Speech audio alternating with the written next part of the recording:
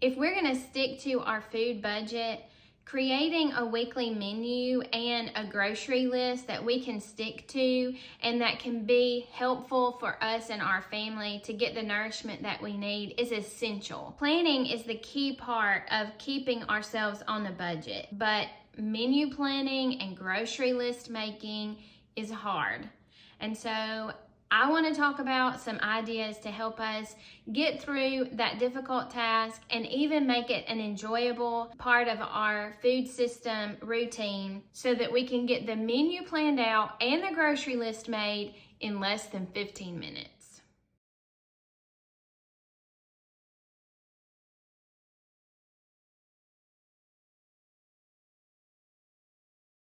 I'm Lori. Welcome back to Homemade Simple.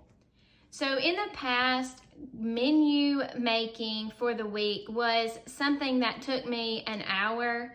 I would have to get out all of my cookbooks, look on Pinterest, Google some ideas for some ingredients that I had in the pantry that I haven't used, and it would really take a big chunk of my time to plan the menu and then make the grocery list, to clip the coupons and organize them, to find what was on sale where and decide when we were going to go. I have really simplified our grocery plan, and it has really helped in sticking to our food budget and also in making it a more manageable task to create my menu for the week and to create a useful grocery list that I can stick to and that gets the job done in little time. I am a proponent of doing things the simple way.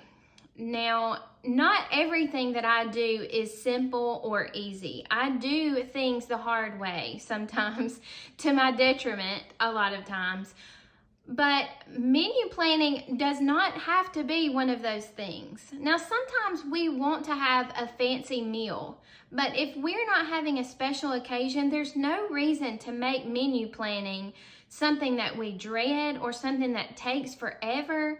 We can make our menus in 10 minutes, get the grocery list made from that menu plan, and be done in 15 minutes or so, and be ready to walk out the door with our plan in place, ready to succeed. I hope that you were able to watch the budgeting video that I put out. It is an important part of building our food system that's easily managed and doesn't take a lot of time or money.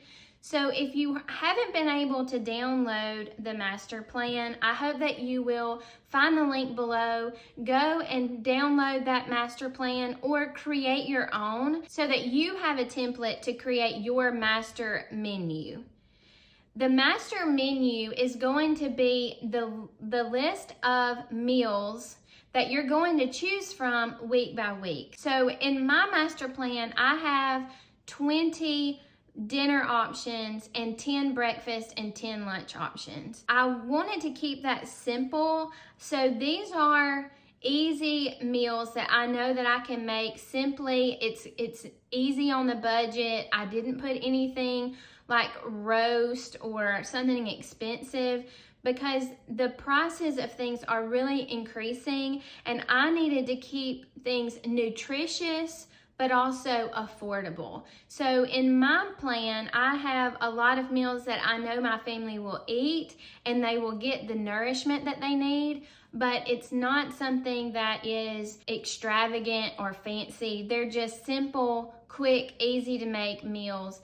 And so whenever I created that master plan, I did that with the intention of using these 20 dinner options for the next 3 to 6 months. We've been using this plan for a while, and my family has not gotten tired of these meals. These are the meals that we enjoy eating, and so it's not drudgery or making people eat. It's things that we all would like to have anyway. And really, if you think about what your family likes to eat, if you can put those on the master plan, you won't have any trouble with people complaining all the time about having the same meals over and over. I mean, if you want to expand it and have 30 meals on the dinner plan, you would never have to duplicate a dinner throughout the month. So these are meals that we enjoy eating. Any of the meals that I choose on the master plan week by week are going to be meals that my family, for the most part, enjoys. There could be some meals that some of my family dislikes and others that's their favorite.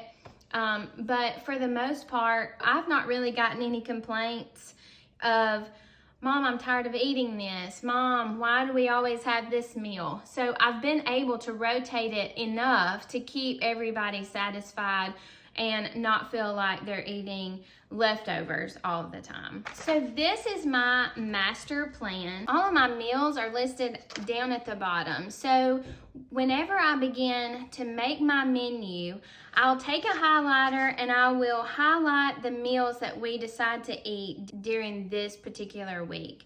So I will choose either 6 or 7 dinners depending on if we're going to eat out, and then 7 breakfasts and 7 lunches.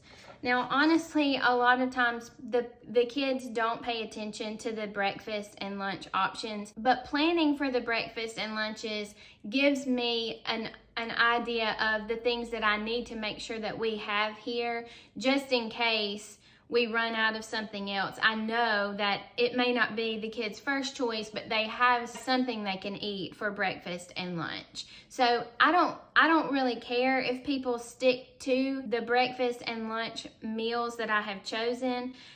It's just a way for me to make sure that we have enough food to feed everybody for each of the 7 days. After I've highlighted the meals on the master plan, now it's time for me to go through my pantry, my refrigerator, and my freezer to see what ingredients I need to add to the grocery list and what ingredients I already have. I know this sounds simple and unnecessary to say, but in the past, I would not go and look in the pantry. I don't know why I did this, but I wouldn't go look in the pantry, and I would just try to remember, do I have this ingredient or do I not? Well, again, if you don't have a good workable plan, you are not going to succeed in sticking to a budget. And I realized that I was buying extra ingredients that I didn't need for the simple lack of planning by going into the pantry and seeing what I need or what I didn't need. So don't be like me. Don't make that mistake. Just go and see what you have. You will use the upper part of the master plan to create your grocery list.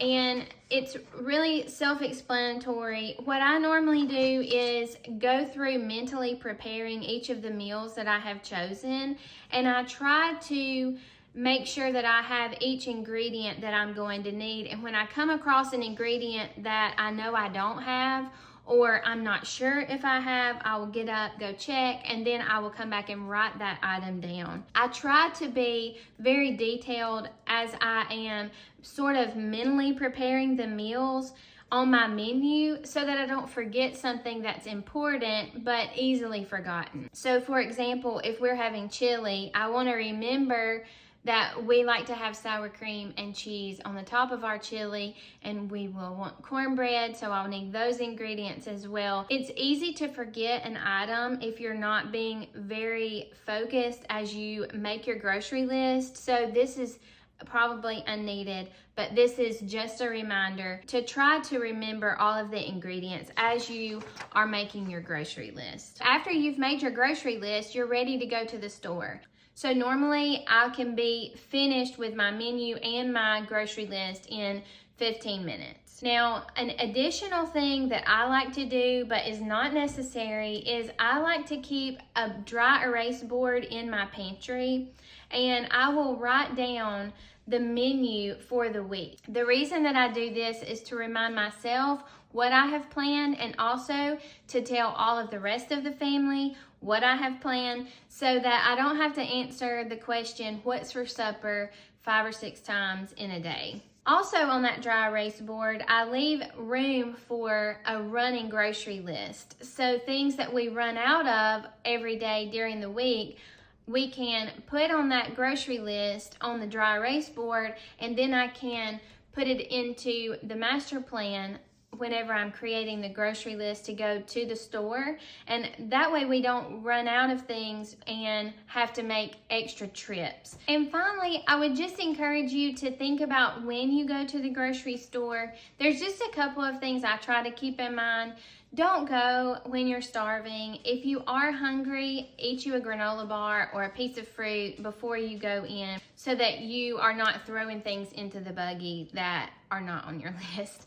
Also, think about the time that you can go to the grocery store when it is not crowded. If you go on a Saturday or a Sunday, it's going to be so busy and packed, and that just makes it more difficult. So if you have an evening or a weekday that you can go to the grocery store, that will make the trip more enjoyable. And finally, remember your master plan. Remember your grocery list when you go to the store. It's also helpful to have the menu at the bottom of the grocery list. That way, you can refer to it when you need to know how many of something to buy. I usually take a pen and a clipboard. It makes it easier for me. Creating a master plan for your menu can really help reduce the amount of time that you have to spend to create a weekly menu plan and your grocery list.